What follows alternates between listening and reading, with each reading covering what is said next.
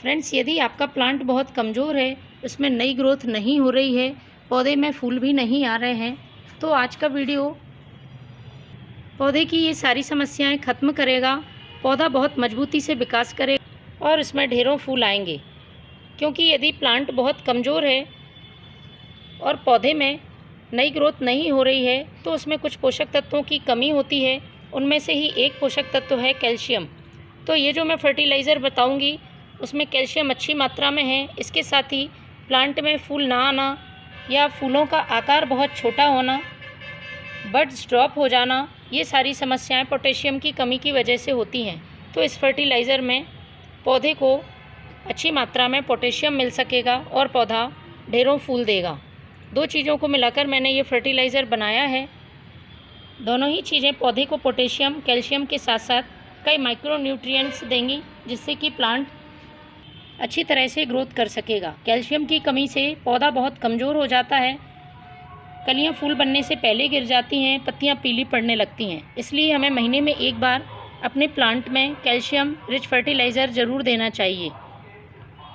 यदि कैल्शियम की कमी होती है तो सिर्फ फ्लावरिंग प्लांट ही नहीं, सब्जियों वाले पौधे, फ्रूटिंग प्लांट्स भी फल फूल नहीं देते हैं।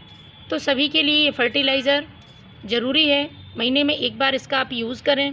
आप देखेंगे कुछ ही दिनों में आपका पौधा बहुत अच्छी ग्रोथ करने लगा है। क्योंकि जब तक प्लांट की ग्रोथ रुकी हुई रहती है, हम किसी भी तरह का फर्टिलाइज़र डालते हैं, पौधे में फूल नहीं आते हैं। हमेशा पौधे के लिए यदि आप लगातार फूल चाहते हैं तो उसका ग्रोथ करना बहुत ज़रूरी है। तो इस फर्टिलाइज़र से पौधे में बहुत अच्छी ग्रोथ होगी और पौधा लगातार फूल देता रहेगा।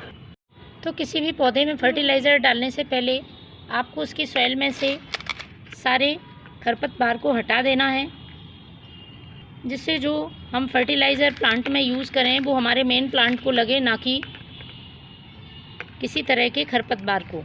इसके साथ ही इसकी हमें अच्छी तरह से मिट्टी की गुड़ाई कर लेनी है, जिससे मिट्टी हल्की होगी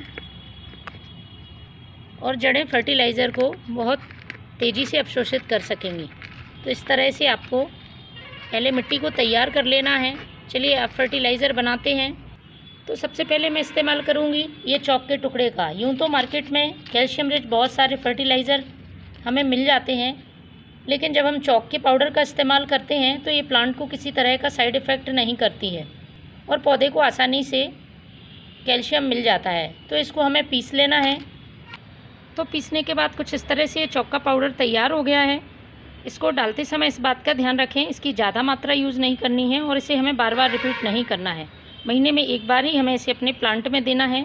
तो पॉट की साइज़ के हिसाब से आपको इसका यूज़ करना है। तो यदि आपका पॉट छोटा है तो आप आधा चम्मच, बड़ा है तो 1 चम्मच इस चॉक के पाउडर का यूज़ कर सकते हैं। तो तकरीबन 10 इंच के पॉट में 1 छोटा चम्मच मैंने ये चॉक का पाउडर डाल दिया है। मिट्टी को साइड से थोड़ा हटा लेना है और स्टेम से दूर इस पाउडर को डालना है और मिट्टी से दबा देना है। अब दूसरी चीज़ पौधे में फूल लाने में मदद करेगी और ढेरों कलियां बनेंगी, तो वो है ये प्याज के छिलके का पानी। आपको 2 मुट्ठी प्याज का छिलका 1 लीटर पानी में 1 दिन के लिए इस तरह से भिगा कर रखना है। तो कुछ इस तरह से ये फर्टिलाइज़र मिलेगा। पानी, प्याज के छिलके में बहुत अच्छी मात्रा में पोटेशियम होता है। तो आपको प्याज के छिलके को, आपको 2 मुट्ठी प्याज का छिलका ले लेना है और 1 लीटर पानी में 1 दिन के लिए भिगा कर रख देना है। प्याज के छिलकों में बहुत अच्छी मात्रा में पोटेशियम होता है। इसके साथ साथ magnesium, calcium, copper, iron, zinc जैसे तत्व मौजूद होते हैं और ये फर्टिलाइज़र सभी पौधों के लिए बहुत फ़ायदेमंद है। तो 1 दिन गलने के बाद आपको इसे छान लेना है। इसे छानने के बाद हमें डाइल्यूट करना होगा, डायरेक्ट प्लांट पर यूज़ नहीं करना है। तो जितना भाग आप फर्टिलाइज़र का ले रहे हैं उतना ही भाग आपको सादा पानी मिला लेना है और इसके बाद इसे हमें प्लांट की सॉइल में डाल देना है। तो ये दोनों चीज़ें हमारे प्लांट में बहुत तेज़ी से फ़ायदा पहुंचाएंगी और पौधा नई ग्रोथ शुरू करेगा और उसमें फ्लावरिंग भी बहुत अच्छी होगी। तो फ्रेंड्स, आप भी महीने में एक बार इस फर्टिलाइज़र का यूज़ करें। Thank you.